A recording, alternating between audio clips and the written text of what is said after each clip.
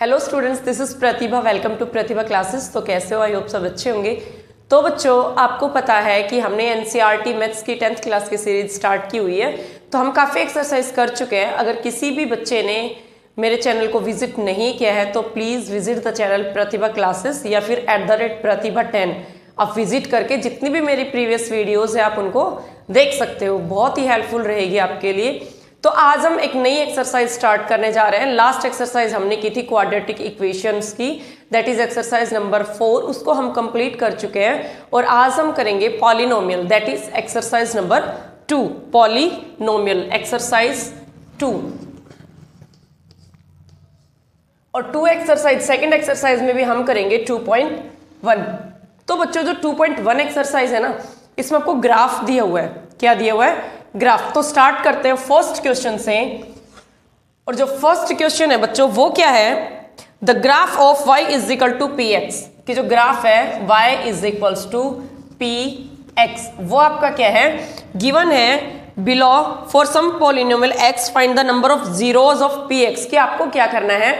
P X का zeros find करना है। किसका? पी एक्स का जीरोज फाइंड करना है। आपको क्या करना है? जीरोज फाइंड करना है। ठीक है। तो फर्स्ट इसमें देखो, ये ना बच्चों ग्राफ बनाया हुआ है। फर्स्ट का फर्स्ट पार्ट है, ये है X axis, X X dash, और ये है आपका वाई एक्सिस। क्या है? Y axis. और इसमें बीच का मिड पॉइंट ओ दिया हुआ है। और ये कह रहा है कि आपको बताने हैं एक्स के मतलब नंबर ऑफ जीरोज आपको फाइंड करने हैं। और जो फर्स्ट है वो आपको ऐसे दिया हुआ है। ठीक है, जो फर्स्ट का फर्स्ट पार्ट है। अब मुझे एक बात बताओ, आप नंबर ऑफ जीरोज एक्स के तब निकालोगे तब आपको पता होगा कि कितनी बार एक्स को क्या कर रही है, लाइन टच कर रही है। बट यहां पर तो क्या है, ये एक्स एक्सिस के पैरेलल है। ठीक है, तो इसमें जो नंबर ऑफ जीरोज होंगे बच्चों वो क्या होंगे? जीरो। क्या होंगे? जीरो। क्यों? क्योंकि एक्स एक्सिस से तो इस लाइन का कोई है ही नहीं ना। मतलब कि यहां पर जैसे मान लो अगर ये ऐसे होता, यहां टच करता, तो हम कहते हैं नंबर ऑफ जीरोज है वो क्या है? इतने। बट इसमें क्या है, ये पैरेलल है इसके, तो इसके जो नंबर ऑफ जीरोज है एक्स के वो क्या है? जीरो है। क्या है बच्चों? जीरो। फिर सेकंड आपको ग्राफ दिया हुआ है, जो इसी का फर्स्ट का ये सेकंड पार्ट है। ऐसे आपको ग्राफ दिया हुआ है, ये वाई एक्सिस है और ये क्या है? एक्स एक्सिस है। ठीक है, और आपको कुछ इस तरह से ग्राफ बना रखा है। इस तरह से ग्राफ बना रखा है। तो इसमें बताओ नंबर ऑफ जीरोज कितने हैं बच्चों? कितने इसमें नंबर ऑफ जीरोज? आपको पता है ये क्या है? वाई का है। ठीक है, वाई एक्सिस है और ये क्या है? एक्स एक्सिस है। तो नंबर ऑफ जीरोस तो ये होगा ना कि भाई एक्स, जो ये एक्स एक्सिस है, इस पर ये जो आपका कर्व बना रखा है, ये क्या कर रहा है? एक बार इसको क्या कर रहा है? पॉइंट को टच कर रहा है। तो नंबर ऑफ कोफिशिएंट इसमें क्या होंगे बच्चों? 1। क्या होंगे? Number of coefficient 1। फिर चलते हैं थर्ड क्वेश्चन की तरफ। और थर्ड आपका इसी में बना देती हूँ मैं, फर्स्ट वाले में। थर्ड आपका बना रखा है इस तरह से। कितना? थर्ड आपका लाइक दिस, इस तरह से बना रखा है। अब बताओ इसमें नंबर ऑफ जीरोस कितने हैं बच्चों? देखो 1, 2 एंड 3, मतलब 3 पॉइंट्स पे क्या कर रहे हैं? एक्स एक्सिस को ये कर्व टच कर रहा है। तो it means number of zeros कितने होंगे इसमें? 3। कितने होंगे नंबर ऑफ जीरोस? 3। फिर चलते हैं फोर्थ क्वेश्चन की तरफ। और फोर्थ क्वेश्चन है आपका, ये वाई एक्सिस सेम है, ये एक्स एक्सिस। ठीक है, अब इसमें आपको दे रखा है लाइक दिस। क्या दे रखा है? यू शेप आपको कर्व दिया है। इसमें नंबर ऑफ जीरोज होंगे कितने होंगे बच्चों? 1 एंड 2। कितने नंबर ऑफ जीरोज होंगे? एक तो ये पॉइंट है और दूसरा क्या है यहाँ पर, क्योंकि इसमें एक्स कोफिशिएंट के ही पूछे, number of zeros x axis के पूछे हैं, सॉरी एक्स एक्सिस के पूछे हैं। ठीक है, तो 1 एंड 2 इस पर कितने होंगे? यहाँ इस वाले जो ग्राफ में कितने नंबर ऑफ जीरोज होंगे बच्चों? 2। कितने होंगे? 2। फिर सेकेंड आपका नेक्स्ट आपका दिया हुआ है, ये है आपका क्वेश्चन फिफ्थ पार्ट। और जो फिफ्थ पार्ट है उसमें ये एक्स एक्सिस है और ये क्या है? Y axis. और दिया हुआ है ग्राफ किस तरह से? इस तरह से ये आपका ग्राफ दिया। अब यहां देखो नंबर ऑफ एक्स एक्सिस के जीरोस कितने होंगे? 1, 2, 3 और 4। कितने होंगे? 1, 2, 3, 4। जहां जहां ये कर्व लाइंस जो है एक्स एक्सिस को टच करेगी बच्चों, वही क्या होगा? इसके नंबर ऑफ जीरोस होंगे। तो यहां पर एक्स के नंबर ऑफ जीरोस कितने हैं? 4। कितने हैं बच्चों? 4। क्यों? क्योंकि 4 टाइम्स 1, 2, 3, 4 टाइम्स क्या कर रहा है? इसको काट रहा है लाइन को। ठीक है, तो कितने होंगे? 4। और लास्ट आपका आता है, ये है लास्ट आपका। ठीक है, लास्ट आपका आता है, ये एक्स एक्सिस है और ये क्या आपका? Y axis. तो लास्ट है ऐसे, फिर यहाँ से टच करके ऐसे, यहाँ इसको टच करके ऐसे। अब देखो इसमें एक बार यहाँ टच कर रहा है, एक बार ये 2 और एक बार ये 3। तो जो लास्ट वाला ग्राफ है 6th वाला, उसमें नंबर ऑफ जीरोज एक्स के कितने होंगे बच्चों? 3। कितने होंगे? 3, क्योंकि 3 टाइम्स क्या कर रहा है, इसको लाइन को टच कर, कितनी बार कर रहा है? 3 टाइम्स। तो इसमें 2.1 जो एक्सरसाइज है उसमें इतना ही पूछा हुआ है क्या, कि जो नंबर ऑफ जीरोज हैं वो कितने होंगे। तो कितने होंगे नंबर ऑफ जीरोज? फर्स्ट में कितनी बार टच कर रहा है? एक बार भी नहीं कर रहा। फिर सेकंड पार्ट में कितनी बार कर रहा है? 2 बार कर रहा है। थर्ड पार्ट में 1 2 3 टाइम्स। फिर कितना कर रहा है? इसमें 1 2 3 4 टाइम्स, इसमें 2 टाइम्स और इसमें 3 टाइम्स। ये आप ना एनसीईआरटी की बुक से एक बार देख लेना, बुक सामने रखोगे, क्वेश्चन को करोगे, समझ आ जाएगा। क्योंकि आपको पता है मैंने भी एनसीईआरटी की सीरीज स्टार्ट की हुई है, ठीक है। तो ये थी आपकी 2.1 एक्सरसाइज, जिसमें केवल इतना ही बताया है कि जो नंबर ऑफ जीरोज है एक्स के वो कितने होंगे। ठीक है बच्चों, कितने होंगे?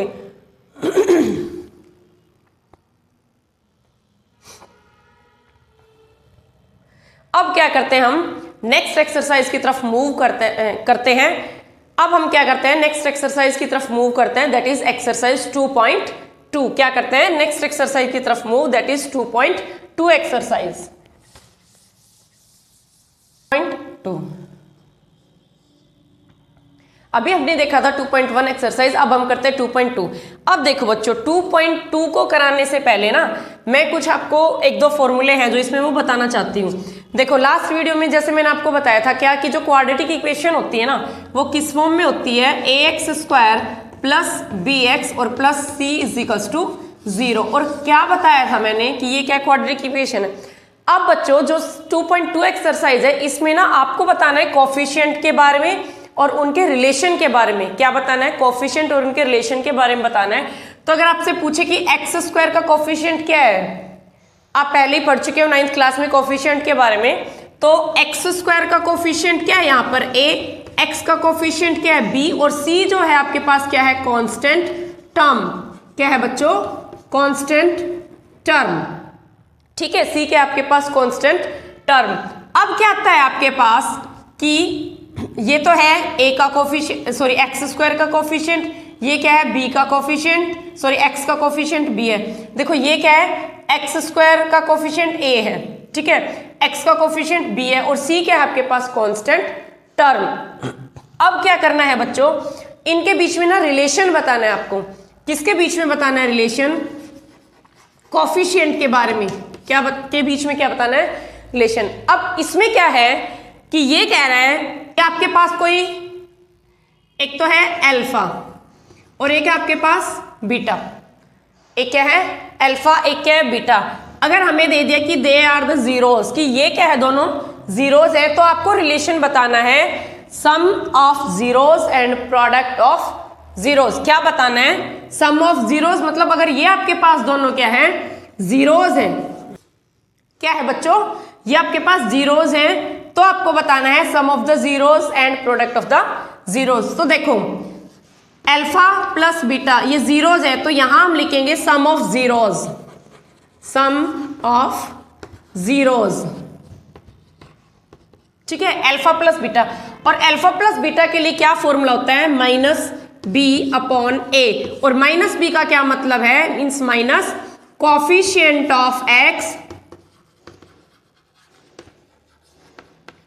और अपॉन में ये क्या है? a। किसका कोफिशिएंट है? x² का। तो नीचे क्या लिखेंगे? Coefficient of x²। क्या लिखेंगे बच्चों?